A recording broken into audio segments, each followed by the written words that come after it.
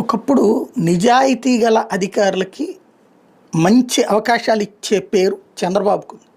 ఆయనతో పాటుగా రాజశేఖర రెడ్డి కూడా. అధికారుల యొక్క నిజాయితీలని వీళ్ళు ప్రశంసించి ప్రోత్సహించబల్ల వల్లనే అభివృద్ధి పరుగులు పెట్టింది. ఒకప్పుడు 20,000 కోట్లు 30,000 కోట్ల రూపాయల బడ్జెట్లు ఇవాళ 2 తెలుగు రాష్ట్రాల్లో ఎక్కడో 2.5-3 లక్షల కోట్లు, అక్కడో 2.5-3 లక్షల కోట్లకి వెళ్ళిందంటే దాదాపు 6 లక్షల కోట్ల బడ్జెట్లకి వెళ్తుంది. అంటే 2 తెలుగు రాష్ట్రాలు కలిపితే కనీసం 5 లక్షల కోట్ల రూపాయల క్యాష్ ఫ్లో నడుస్తుంది. అంటే కారణం అధికార యంత్రాంగాలు బాధ్యతాయుతంగా పనిచేయడం, ప్రభుత్వాలు వాళ్ళని ప్రోత్సహించడం. ఇప్పుడు వ్యక్తులు సంపాదించుకుంటున్నారు, ప్రభుత్వాలు నష్టపోతున్నటువంటి పరిస్థితి ఉంది. అది పక్కన పెట్టేద్దాం.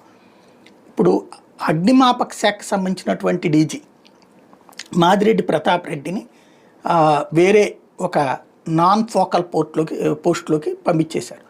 ఎందుకయ్యా అంటే సిన్సియర్గా